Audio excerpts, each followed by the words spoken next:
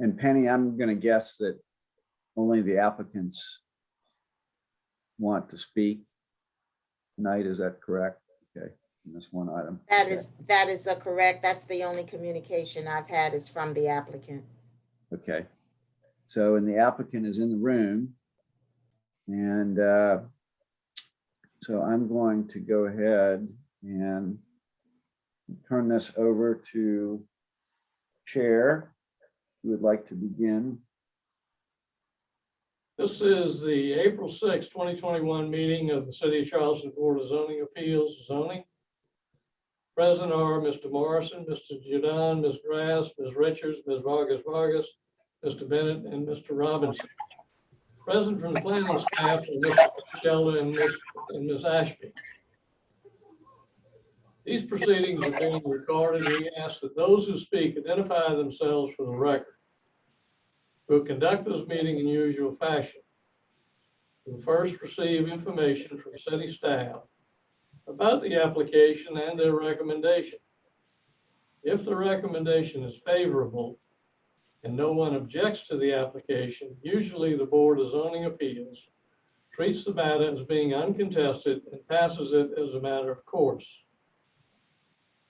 If, however, the city recommends against the application or there is opposition to the application, we treat the application as contested and hear from the applicant and anyone else who is in favor of the application.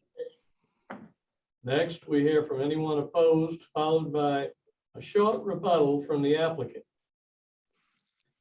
We then close the public hearing portion of the meeting for that particular application and open discussion to the Board of Zoning Appeals members only. We'll then make a decision to approve with conditions, or deny the application.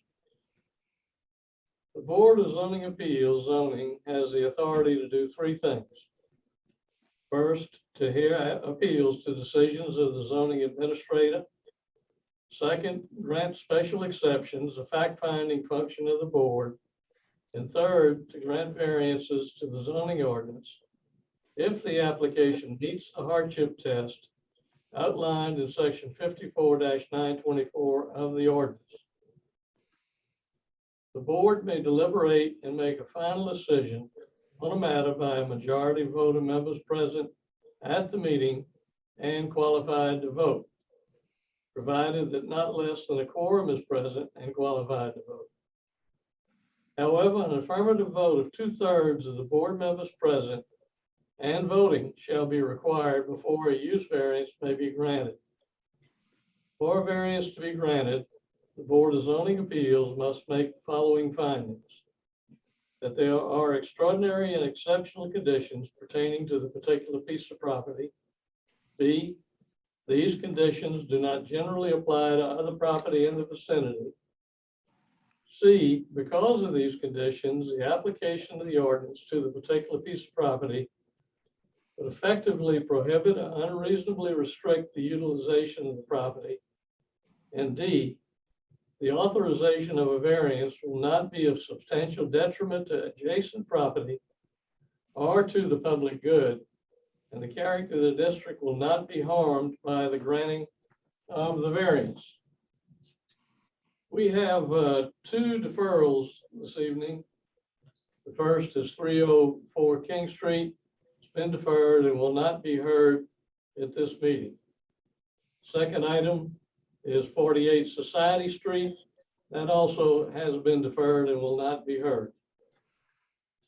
First item on the agenda is a review of the board findings for the March 16th, 2021 board meeting. I'm assuming everyone got copies of that, those findings, and I'll entertain a motion for approval. So moved. Second? Second. Second by Mr. Brown. All in favor, signify by saying aye. Mr. Morrison? Aye. Mr. Judon? Mr. Judon, Aye. Ms. Grass, Aye. Ms. Richards, Aye. Ms. Vargas, Aye. Mr. Bennett, Aye. Mr. Robinson votes aye, unanimously approved. Next item on the agenda is number 82.5 Cannon Street, Cannonboro, Elliott Borough. Request special exception under section 54-110 to allow a one-story addition bathroom that extends a non-conforming 2.9 foot west side setback, 9 feet required, zone limited business. Mr. Batchel. So 82.5 Cannon Street is a limited business zone property. That's commercial zoning. It sits on Cannon Street, almost opposite Smith Street. And this is the house at 82.5 Cannon Street. So one-story house. And here's an aerial bird's eye view of the property. You can see the house is up front. There's a yard, a sizable yard in the back. Property, as I said, is owned limited business, as is shown on this zoning map in red. Another aerial view.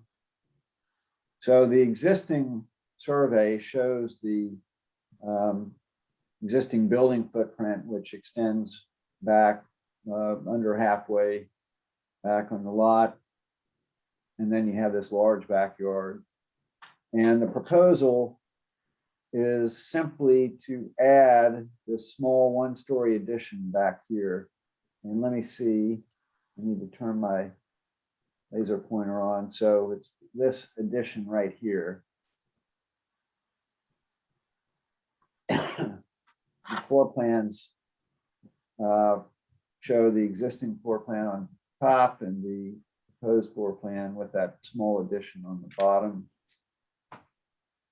And if I go back to this site plan, you see this dashed line right here that almost splits the lot in half, running from front to back.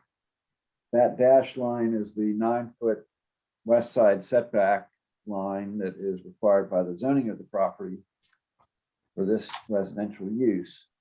And so you see that there's a sizable portion of the addition that encroaches into that side setback. And that is the reason for the request. So the request is simply to approve a special exception under that provision in the zoning ordinance that allows a non-conforming building footprint to be extended. And in this case, the extension would be this small one-story addition to the rear. And the impact is the standard for review is really just light and air impacts on this type of addition.